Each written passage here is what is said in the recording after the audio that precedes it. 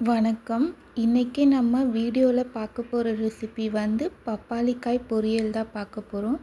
சாதத்தோட கலந்து சாப்பிட்டாலும் நல்லாயிருக்கும், சப்பாத்திக்கும் நல்லாயிருக்கும். எப்படி செய்கிறதுன்னு பார்க்கலாம். ஒரு பப்பாளிக்காய் எடுத்துக்கலாம். பப்பாளிக்காயை நல்லா கழுவிட்டு கட் பண்ணிக்கலாம். இந்த மாதிரி ரெண்டாக கட் பண்ண பிறகு உள்ளே இருக்க விதையெல்லாம் ஸ்பூனை வச்சு எடுத்துடலாம். ஈஸியாக வந்துடும். இப்போ விதையை நீக்கிட்ட பிறகு தோல் சீவிக்கலாம். தோல் சீவிட்டு உள்ளே இருக்க லேயரையும் இந்த மாதிரி கத்தி வச்சு எடுத்துடலாம். இல்லைனா இந்த மாதிரி ஸ்பூனில் எடுத்துட்டா கூட ஈஸியாக வந்துடும். இதில் வேணுமோ அந்த சைஸுக்கு காய் கட் பண்ணிக்கலாம். கட் பண்ண பிறகு தண்ணியில் காயெல்லாம் சேர்த்துட்டு 2 முறை அலசி எடுத்துக்கலாம். காயில் பிசுப்பு தன்மை இருக்கும், அதுக்காக தான் அலசி எடுத்துக்கலாம். இப்போ அலசி எடுத்தாச்சு. பாதி பப்பாளி காய் தான் நான் எடுத்திருக்கேன். 1 டேபிள் ஸ்பூன் எண்ணெயை சேர்த்துக்கலாம்.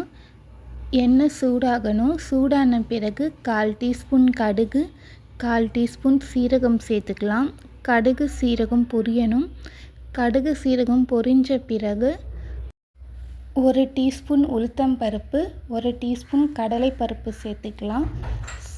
கடலைப்பருப்பு உளுத்தம்பருப்பு கொஞ்சம் வறுத்துக்கலாம். வறுபட்ட பிறகு 2 காய்ந்த மிளகாய் இந்த மாதிரி உடச்சி சேர்த்துக்கலாம். சேர்த்துட்டு கலந்து விட்டுக்கலாம். இப்போ கொஞ்சமாக கருவேப்பிலை சேர்த்துக்கலாம். கருவேப்பிலை சேர்த்துட்டு மீடியம் சைஸ் வெங்காயம் 1 இந்த மாதிரி கட் பண்ணி சேர்த்துக்கலாம். 2 பச்சை மிளகாய் இந்த மாதிரி கீறி சேர்த்துக்கலாம். சேர்த்துட்டு வெங்காயம் பாதி அளவு வதங்குற வரைக்கும் வதக்கிக்கலாம். வெங்காயம் வதங்கிருச்சு. இப்போ கட் பண்ணி வச்சுருக்க பப்பாளிக்காய் சேர்த்துக்கலாம். பப்பாளிக்காய் சேர்த்துட்டு 1/4 டீஸ்பூனை விட குறைவாக மஞ்சள் தூள் சேர்த்துக்கலாம். மஞ்சள் தூள் சேர்த்துட்டு கலந்து விட்டுக்கலாம்.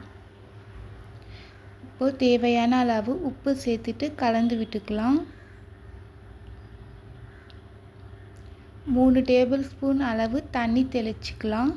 தண்ணி தெளிச்சிட்டு மூடி போட்டு லோ ஃப்ளேமில் காய் வேகிற வரைக்கும் வேக வச்சுக்கலாம். சில காய் சீக்கிரம் வேகும், சில காய் லேட் ஆகும் காயை பொறுத்து. அதுக்காக காய் வேகிற வரைக்கும் வேக வச்சுக்கலாம். கலந்து விட்டுக்கிட்டே வேக வச்சுக்கோங்க, இல்லைன்னா அடி பிடிச்சிரும். 2 டேபிள் ஸ்பூன் அளவு வேர்க்கடலையை சேர்த்துக்கலாம். 2 காய்ந்த மிளகாய் இந்த மாதிரி உடச்சி சேர்த்துக்கலாம். ஏற்கனவே பச்சை மிளகாய் சேர்த்துருக்கோம், அதனால் உங்கள் காரத்துக்கு ஏற்ற மாதிரி மிளகாவை சேர்த்துக்கோங்க. சேர்த்துட்டு வேர்க்கடலையும் மிளகாவும் வறுபடுற வரைக்கும் வறுத்துக்கலாம். இப்போ மிளகாவும் வேர்க்கடலையும் வறுபட்டுடுச்சு. தட்டுக்கு மாற்றி ஆற வச்சுக்கலாம். மிக்ஸி ஜாரில் மிளகாவும் வேர்க்கடலையும் சேர்த்துக்கலாம். சேர்த்துட்டு கோர்ஸாக அரைச்சி எடுத்துக்கலாம். இப்போ 5 பல் பூண்டு தோல் உரித்து சேர்த்துக்கலாம். பூண்டு சேர்த்து ஒரு வாட்டி மட்டும் பல்ஸ் மோடில் வச்சு எடுத்துக்கலாம். இந்த மாதிரி கோர்ஸாக அரைச்சி எடுத்தாச்சு.